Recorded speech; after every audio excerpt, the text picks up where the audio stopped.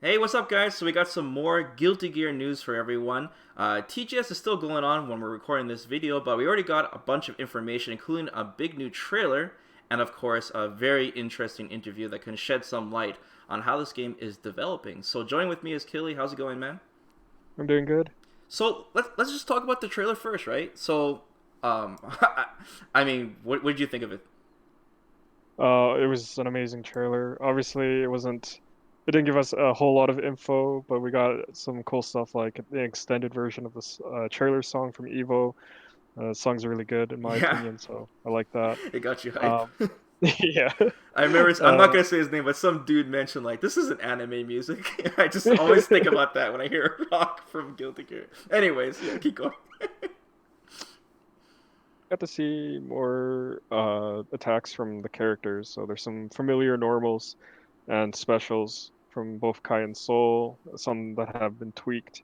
But most of the kit looks intact so far. Yeah, I mean, I Um, can't really chime in on this. To me, it looked more of the same of the teaser. I'm like, it looks really nice, obviously, and there's a lot of camera yeah, angle changes. But in terms of familiar looking moves, like that's your criteria. yeah.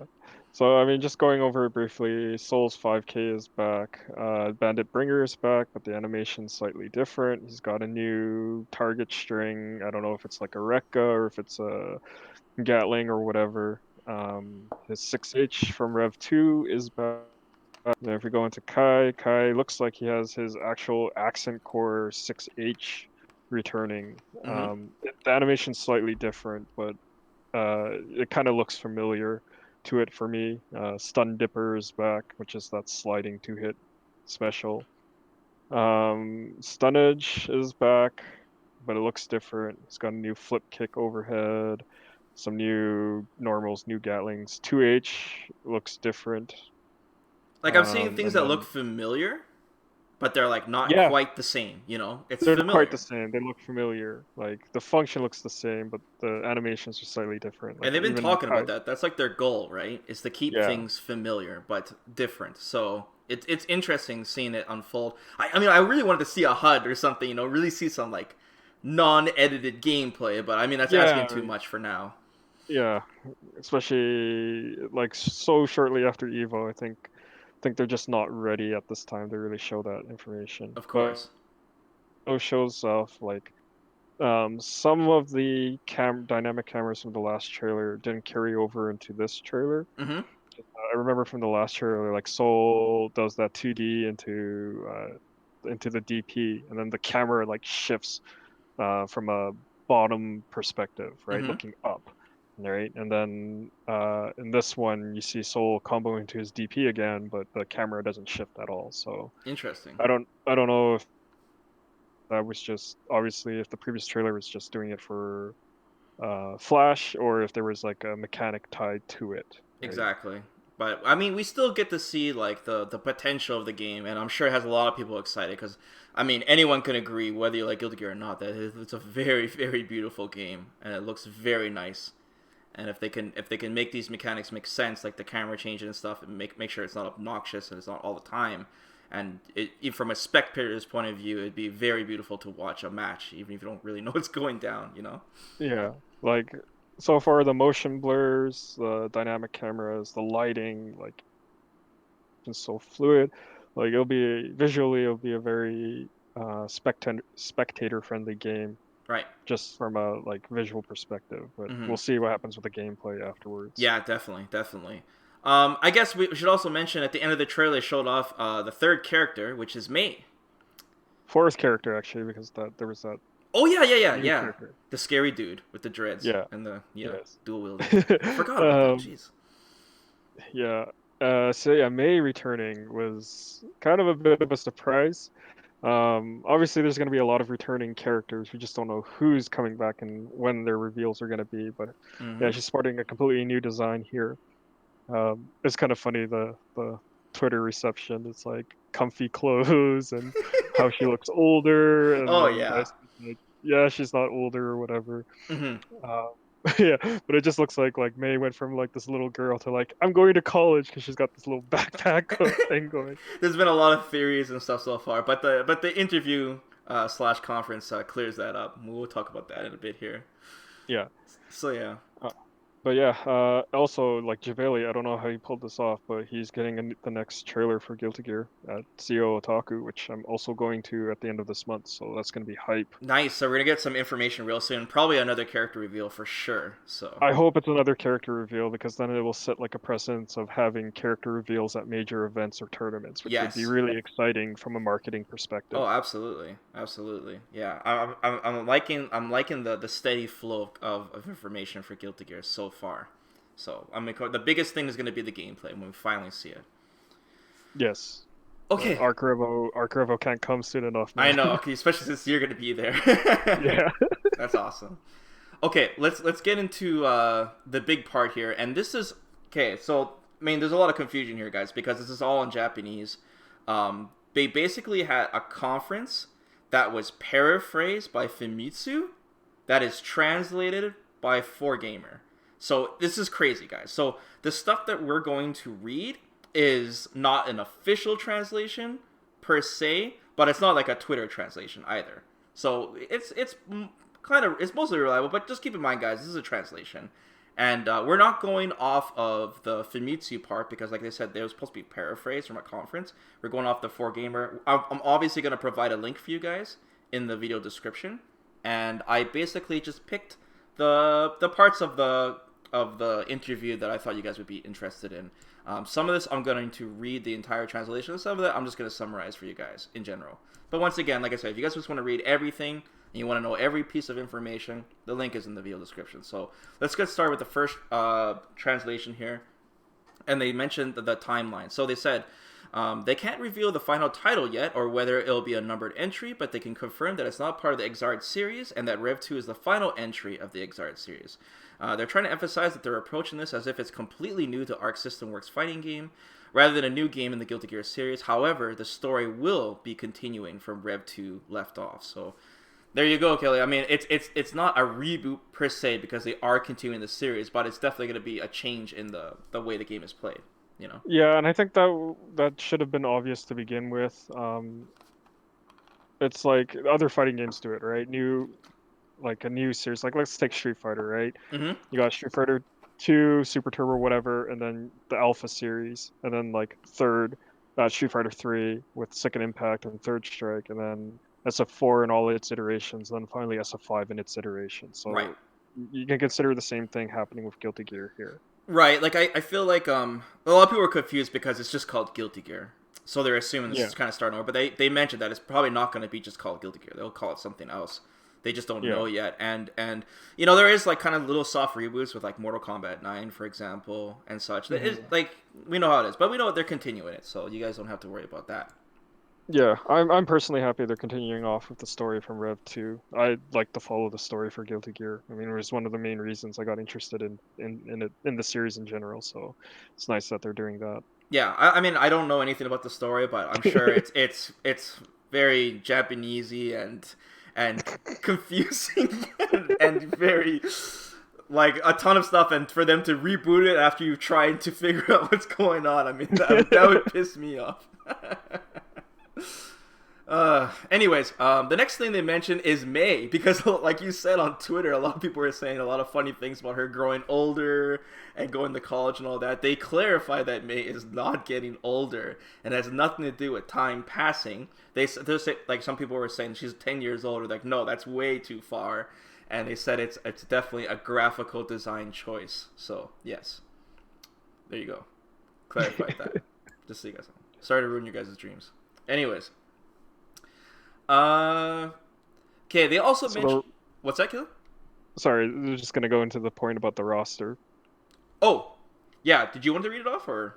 No, you can. Okay, well, they basically, to summarize it, they basically said that they're not going to obviously have every single Rev 2 character at launch, and they're trying their best to get as many as they can, just so you guys can manage your expectations on... So, I mean, do you think they're going to do it in a way that where they think which characters are really important, or which kind of different fighting styles basically hit every single aspect, so there's a character for everyone? Like, what do you think? I think it'll be a mix of the two. They'll probably keep the ones that are integral for the storyline, but also include ones that are there for fighting play styles. Mm-hmm. Like Potemkin was barely in the story, right? But they put Potemkin in there because he's a legacy character, right? Interesting. So I can see them doing that. But I mean, the big important part is they're not reusing assets from Rev 2 at all. So even though it's like Unreal Engine for both games, I mean, Guilty Gear Xrd is Unreal 3, while this new one's Unreal 4. Mm-hmm. They're not using the assets. They said specifically they're doing everything from scratch. So that's, yeah, if they're doing everything from scratch, it's going to take a while for each character. Yeah, yeah. I mean, as long as people are I mean, as long as you get your character, I think you're not I'm gonna not a complain. character loyalist, so I don't care. Like That's I, good. I, I like all the characters, but I'm not a character Oh, loyalist. you're Well, a function kind of guy. I pick top tier, so I don't care. Is top tier a function? I don't think top tier is a function. It's not a function. It's not a function. Uh, I, I mean, we could see with like character like May. Like May looks completely different, right? So Yeah, they're definitely not reusing assets. And I don't know, like you said, there are some familiar special moves that you saw in the trailer, but you said some things are a little bit off, right? So they definitely but are yeah, starting from scratch. yeah. Okay, next paragraph. They said, this is an interesting one. They're trying to solve fundamental problems that are present in Guilty Gear and fighting games in general, and are trying to introduce systems that change how the game feels to play. The stage transitions are an aspect of that, and no matter what they do, their primary design philosophy is to make a balanced fighting game, of course. So they aren't doing these things just for show. However, they are still making a lot of adjustments to the core gameplay systems and aren't ready to discuss the exact impact they will have. That being said, the stage transitions will definitely be an exciting and important part of the new gameplay system. So I guess it just really matters on, like I said, how much that camera is going to be spinning around. Like every time you wall spies, you're going to be spinning around. I don't know. I mean, the camera could be quick transitions, like 5D or Dust, right? Mm-hmm. There were even in Revelator or Xrd in general, you had a different camera angle as you followed them, right? Yeah. I mean, you still have that in this based on the new trailers. Mm-hmm. Though the camera is a little bit more dynamic this time, but it's still there. Like, Yeah. and it's a quick transition, so it was never interrupted the flow in the Xrd series. So I wouldn't worry about it too much.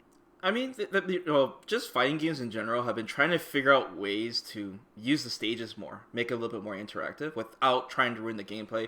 Mortal Kombat's a little bit more extreme, where you're literally using items and stuff in the background and jumping off the walls and such. Street Fighter V tried to play a little safe by having a little transition between the rounds.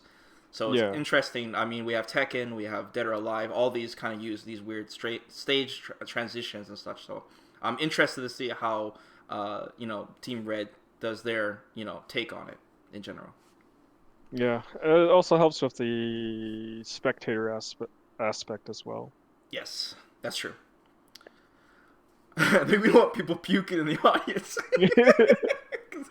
Dude, you make it sound like it's shaky cam. I'm sorry, man. Oh yeah, I It's forgot like you hate shaky I'm not cam. watching Blair Witch here. I forgot you hate shaky cam. I completely hate forgot shaky about that. Oh man, I want to tell the story about how we went into the theater one time. You're like, does this movie have shaky cam? I'm like, I don't know, and it starts shaking when they're having a conversation. Oh my God. What was that Battle LA or something Yeah, like that? Battle Los Angeles or something. It was And godlike. yeah, and then sorry to get off topic here, but literally there's a scene where they're just in the office talking, and the camera is shaking, and it's like, why? And it's like, and then I asked you that, you're just like, oh, dude, it's a serious A conversation very right serious. now. I'm sorry to go off topic, guys. It just that reminded me when you mentioned shaky cam. Okay, let's keep going here. Okay. Ishii Watari elaborates, saying they want to keep the depth they've developed over the course of this series while lowering the barrier of entry. So this is this is stuff that we hear all the time when there's games that are either too complex or whatever, and it's always trying to make it easy for people to get into the game, but also maintain that depth. That is basically the perfect harmony of every fighting game that we want. Yeah, It's a very, very delicate balance. it's the age-old question, Mm-hmm. and every developer has tackled it in a way, and for the most part, it's been quite unsatisfactory. Yeah, For it at really least for me has. personally. Yeah, especially the older you are and the more you're accustomed to what it was before, the more of a, it's just a huge transition for a lot of players. And then to follow up on this, Katano says that he wants to get rid of the stuff that seems difficult. However, he says that even if an auto combo is undeniably easy, that doesn't actually help people understand what's going on in the game. His goal is to try and make a game where people understand what they're doing if they don't normally play fighting games. And I mean This is that's really important right Yeah, here. this is a big point to touch on because it's like finally a developer understands, or at least we finally see a developer understand this point. You can't dumb it down and expect that just solves the issue of getting new players, like player retention, stuff like that. So auto combos is always the thing that people mention. But what are they saying though? Like, are they saying they're not gonna have auto combos? I mean, they could, but I guess they want to focus on the intent of what they put into the game. right? They acknowledge that auto combos won't solve the problem. That at the very least, that's what they're saying. Yeah. And they said I didn't read this part, but they also said that the game won't have like a beginner mode either. Like they don't want any kind of like crutches or kind of alternate modes to solve the problem. They want everything to be like the main part of the game. So they're really going out of their way here to try to figure this out without trying any band-aids to the situation, you know? Yeah, and I like the transparency they have here, like especially since that tweet that Arcs just put out from Ishiwatari saying he's going to change everything, right? Mhm. Everyone's very concerned over that tweet. A lot of people were, and so the transparency they have in their design philosophy is pretty refreshing to see. Mhm. Okay, continuing on, Ishi Watari notes that a lot of people in the West play using pads, and even though in Japan it's mostly played in the arcades or at home using arcade sticks, he wants people to be able to play on pads without there being sort of an incongruity. So I mean, he's they're basically like they're not just focused on the arcades. Is basically what he's saying, right? They wanted Mhm. this game to sell everywhere and be accessible to everyone. Well, they're also looking at it from a competitive aspect, right? They're saying they want, because right now they just say like Japanese are dominating the competitive scene, right? And they want it where it's more global. So I mean, they're looking at it like what makes it so hard for others, right? Yeah. They also mentioned that this is not going to be a PS4 exclusive. They'll be on other platforms in the future. So are they implying that it's coming out on PS4 first? You think? It could be, like, are we gonna get see an arcade release first? Oh, Mm-hmm. right. Like, I'm sure we'll get but You're sure we'll hopefully get a what? simultaneously. Steam release. Oh, okay. Yeah, but hopefully it'll be like simultaneous or something like that. But if it wouldn't surprise me if it's delayed, like a delayed release. Mm-hmm. Yeah. Uh. Okay, and finally, it says an interviewer says that the past Guilty Gear games have placed an emphasis on incorporating difficult combos into your gameplay strategy, and wonders if the new game design could potentially go as far as eliminating command inputs altogether to shift the focus entirely to strategy and away from mechanical execution. And then Katano admits that they're going in that direction to a certain degree, but at the same time, he doesn't want to stray too far from that idea that a player who takes advantage of advanced techniques should be celebrated. Having combos or special moves that only some players can pull off is one of the coolest aspects of fighting games. It's really nice to see a developer acknowledge it. Player expression is very important in a fighting game Yeah. because I mean that's what makes it fun and entertaining for the spectators Mm-hmm. to see different play styles. Mm-hmm. I always hail Guilty Gear. Like you'll watch um, multiple players play a character, and no two player plays alike, Right. and that's incredible. Yeah. So, man, they got like a crazy they're very ambitious here, Yeah, and I don't know if they'll solve it, but yeah. at least you can tell their mindset and acknowledge um, what like they have the same kind of mindset as the players do. Like Mm-hmm. what makes it fun, what makes it entertaining. Mm-hmm. So I hope a lot of people this alleviates some concern.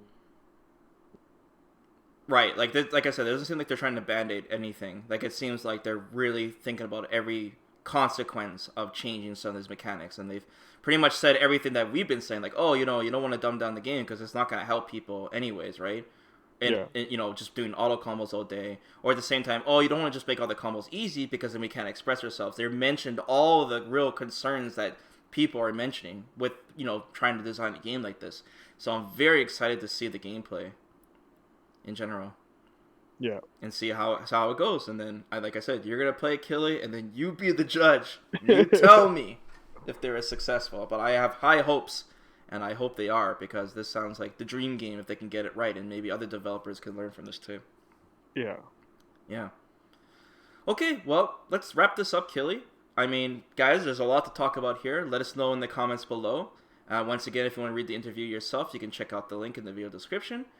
And yeah, what do you guys think about the trailer and which characters you guys hope make it in the final build of the game? Please like the video and of course subscribe to the channel. It really helps out. And me and Killy will keep you guys posted as much as we can on any the next Guilty Gear news that we get, which will probably be CEO Taku. So yeah, CEO Taku. There we go. CEO Taku. Okay. Okay. All right, guys. Take care.